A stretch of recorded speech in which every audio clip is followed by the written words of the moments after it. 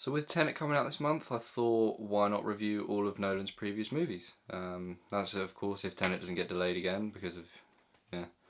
So we start with Following. This is from 1998. It is Nolan's directorial debut. He did a couple short films before, but this is his first feature film. And it's good. It's not quite a Reservoir Dogs level of debut, but it is pretty good. You know, the film is shot in black and white. You know, the audio's not great. I mean, it's fine, of course, but it's not like your top standard cinema level. You know, the camera work it's kind of amateur, but it works. You know, you've got some really claustrophobic camera work in here, and it's very effective in terms of building tension, that sort of thing.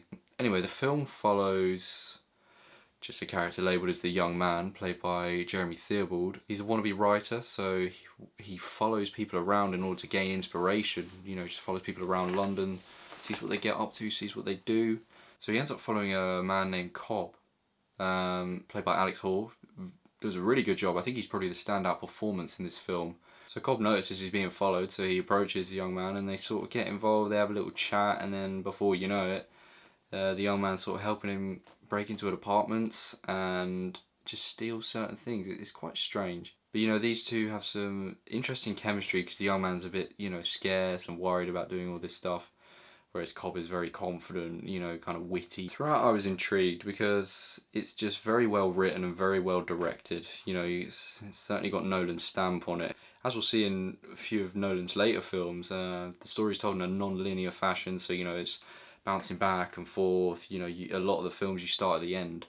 So you get that here. That's really good at sort of building some anticipation because you're curious about how certain things are going to end up in another spot. And this creates a sense of mystery. You know, it's not to the point where you're just confused throughout. You know, some films overdo that element and you're just sort of lost throughout about what's going on, why a certain thing is happening. But it's very well sort of balanced.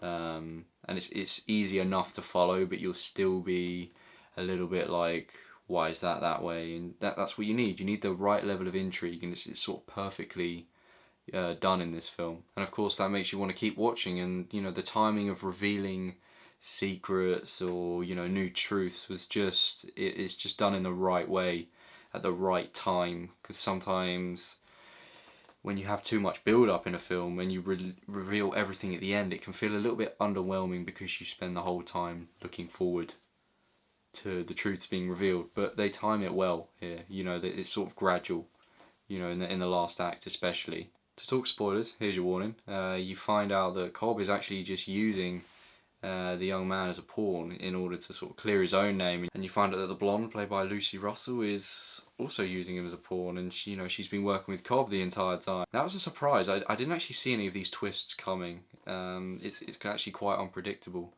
this film. I didn't really know where it's going to end up. I thought maybe there's something a bit shady about Cobb, of course, but I couldn't quite tell where it was going to end up. So that was really like, it was a surprise and a bit of a shock when you find out that they've been playing him this whole time, and the way they frame him for murder is just, you know, when it came to the end of the film I was like, wow, that's kind of fucked up. So this is a really good debut for Nolan. It's no wonder he pushed on from this and made like bigger and better things. This deserves an 8 out of 10. It's a good film. Next up is Memento. So yeah, look forward to that. Thanks very much for watching. I'll see you in the next one.